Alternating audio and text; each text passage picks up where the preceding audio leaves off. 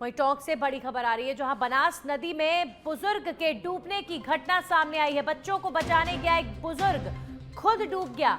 मंडावर गांव में नहाते समय डूब रहे थे बच्चे सुरक्षित निकल गए, लेकिन डूब गया बुजुर्ग। Barauni police, civil defence, SDRF मौके पर मौजूद। बुजुर्ग की तलाश में रेस्क्यू ऑपरेशन जारी है। तो बनास नदी में कुछ बच्चे डूब रहे थे और इन बच्चों को बचाने कूदा बुजुर्ग, और बच्चे तो सुरक्षित बाहर आ गए, लेकिन ये बुजुर्ग खुद नदी में डूब गया। ये बेहद अफसोसजनक खबर है। लगातार नदियों में बढ़ते जल स्तर के बाद ये अपील चारों तरफ से की जा रही है कि नदियों से, बांधों से दूरी बनाए रखी जानी चाहिए। इस मौसम में नदी में स्विमिंग करना, नदी में कूदना, नदी में तैरना, ये सब अभी फिलहाल नहीं होना चाहिए, लेकिन फिर भी कुछ लोग इस बात को नहीं समझते हैं। कुछ बच्चे जो नदी में डूबे, उनको बचाने के लिए ये बुजुर्ग गया था। बच्चे तो सुरक्षित बाहर निकाल लिए गए, लेकिन ये बुजुर्ग खुद डूब गया और अब बुजुर्ग को तलाशा जा रहा है। लेकिन टोंक की बनास नदी में इस बुजुर्ग का कुछ पता नहीं चल पा रहा। अभी हाल ही में बनास नदी में आपने देखा कि बारिश के मौसम की शुरुआत में ही एक बड़ा हादसा हुआ था और कई लोग डूब गए थे।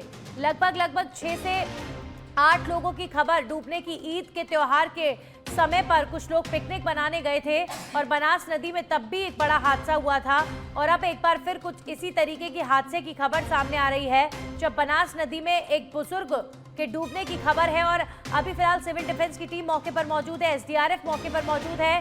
बुजुर्ग को ढूंढा जा रहा है, लेकिन कुछ पता नहीं चल पा रहा। हमारे सहयोगी कचोरमल जुड़ गए हैं इस खबर पर, तमाम जानकारियों के साथ उनका रुख करेंगे। अभी फिलहाल क्या जानकारी आ रही है, क्या ताजा अपडेट है, क्या बुजुर्ग के बारे में कुछ भी पता चल पाया है? बिल्कुल, मैं बताना चाहूंगा कि अभी तक जो एसडीआरएफ का सर्चिंग अभियान है वो जारी है।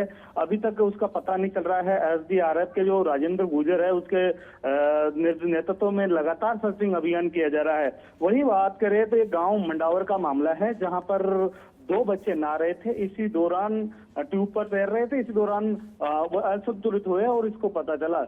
उसको पता चलते ही तुरंत इन्होंने अपनी जान की परवाह न करते हुए छलांग लगा दी और उन बच्चों को सुरक्षित किनारे पे पहुंचाया। इसी दौरान वह संतुलित हो गए और जब से लापता है, वही सूचना मिलते ही जो पीपलुरु सीओ है वो मौके पर पहुंचे हैं और एसडीआरएफ मौके पर पहुंची है और लगातार एसडीआरएफ द्वारा सर्चिंग अभियान जारी है। जी कजोरमल, ये बड़े अफसोस की बात है कि देखिए, आप जो अभी फिलहाल बारिश के इस मौसम में नदियां, बांध सब उफान पर है, जल स्तर खतरे के निशान से ऊपर है।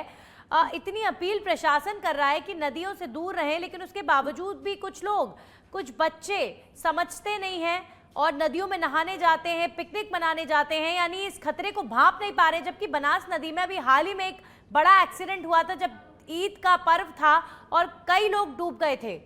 उसके बावजूद भी किसी ने सीखा नहीं, फिर भी लोग नदियों की तरफ जा रहे हैं नहाने के लिए।